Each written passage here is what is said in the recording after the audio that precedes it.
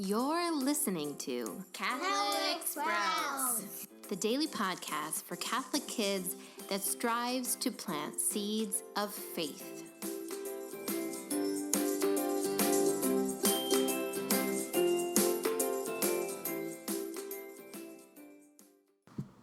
Hey Sprouts, today is Monday, October 1st, and it is also the feast day of Saint Therese. This week on the Catholic Sprouts podcast, we are going to be talking about what is probably one of the hardest concepts in our Catholic faith: trust. Now, why is trust so hard?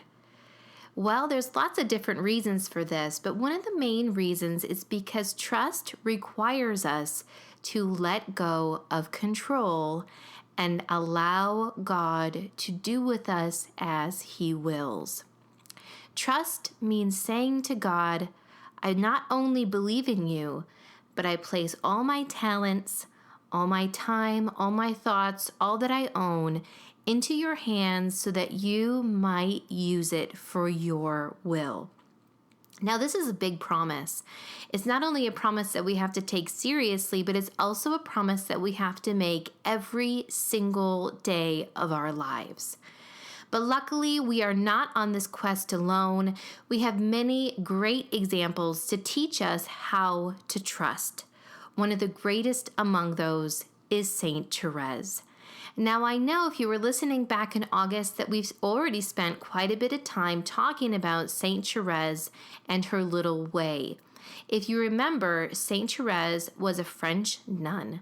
She was the youngest in a family of girls. She lost her mother when she was very young, and she also joined a convent to become a Carmelite nun when she was also pretty young. And then she didn't even live that long. She died when she was in her 20s, but we know she went to heaven because of all the miracles that Saint Therese was a part of after her death. Now, here's something you might not know about Saint Therese. Saint Therese is the patron saint of missionaries. Do you know what a missionary is? A missionary is someone that goes to another part of the world, that crosses an ocean, that goes to people that have never heard of Jesus, and they spread the good news of the gospel to them. Now, why in the world would a little French nun who never left the convent after she entered it, why would she be the patroness of missionaries? Well, a big part of that is trust. Saint Therese felt called to spread the word, the gospel, the love of Jesus, and yet she knew that God was calling her to a quiet, contemplative life of prayer. So she listened. But while she was there, she made it one of her major duties to pray for and to support missionaries. Now, this might seem like very small, insignificant work. Surely it's better to be out actually doing the work, to be actually in these other countries, spreading the word of God. But that's not how God saw it. God saw Therese's support in prayers as important as the work of those in those foreign countries spreading the word. And therefore, because Saint Therese trusted the Lord, because she went where He led, she was a force in spreading the gospel even though she never left the convent.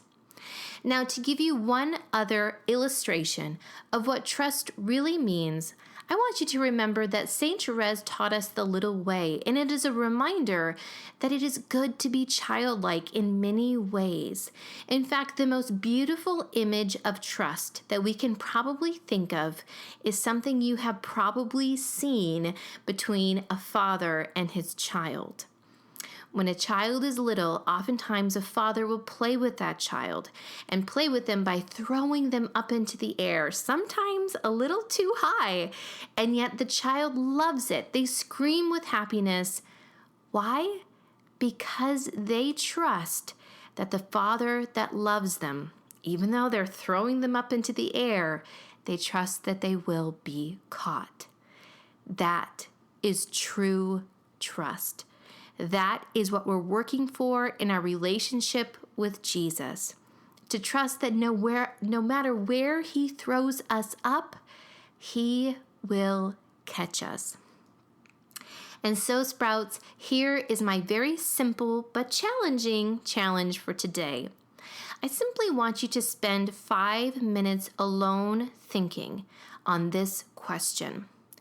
Do I really trust God? Do I really trust Him? Do I allow Him to take my worries away, or do I spend a lot of time planning and worrying because I don't really trust Him? This is also an important question for adults. We oftentimes need to return to this question, and so start your thinking about it today. Do I really trust God? That's it for Catholic Sprouts today. We'll be back tomorrow, but until then, continue to grow in your faith and truly sprout into the beautiful creation that God intended you to be.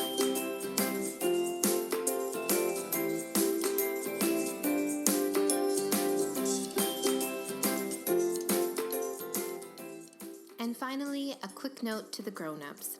First of all, thank you for listening to the Catholic Sprouts podcast. I ask that you please consider sharing this podcast with another Catholic family you know. Send them an email, a text, or simply mention it the next time you see them. Please join me in the mission of helping each Catholic child truly sprout into the wonderful human that God created them to be.